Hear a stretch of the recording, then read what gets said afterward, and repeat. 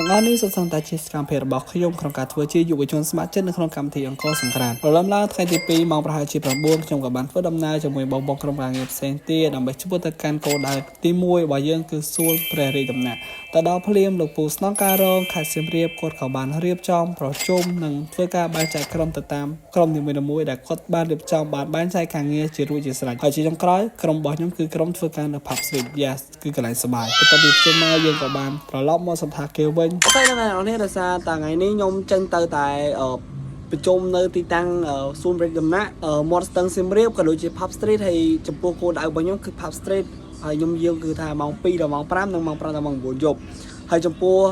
ថ្ងៃទី2នេះពេលយើងក៏មានកម្មវិធីមួយទៀតផងដែរគឺជាកម្មវិធីជួបជុំក្រុមយុវជនស្ម័គ្រចិត្តនិងក្រុមការងារទាំងអស់នៃព្រឹត្តិការណ៍អង្គរសង្គ្រាមក្រោមទឹកដីរបស់លោកពូអាដាមប្រធានហ៊ុនម៉ាណីផងដែរដែលជាប្រធានសភាសហព័ន្ធយុវជនកម្ពុជាផងដែរអ្នកបលិនធារកែបនៅក្នុងកម្មវិធីនេះដែរមានការហូបអាហារសាមគ្គីជុំគ្នាជាមួយនឹងបងយុវជនស្ម័គ្រចិត្តដូចគ្នានិងមានការរាំលេងកម្សាន្តសប្បាយផងដែរនេះគឺជាសកម្មភាពរបស់ខ្ញុំរាំលេងកម្សាន្តសប្បាយហេហេ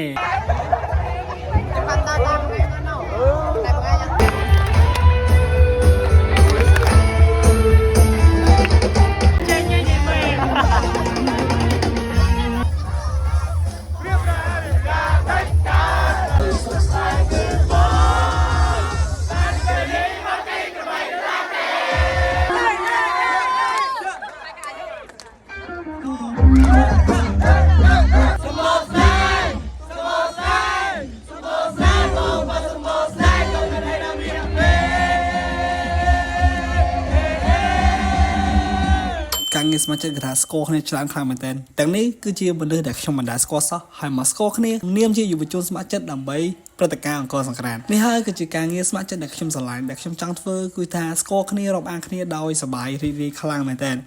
នេះគឺជាសកម្មភាពថ្ងៃទី2អូខេជួបគ្នានៅថ្ងៃបន្ទាប់ Let's go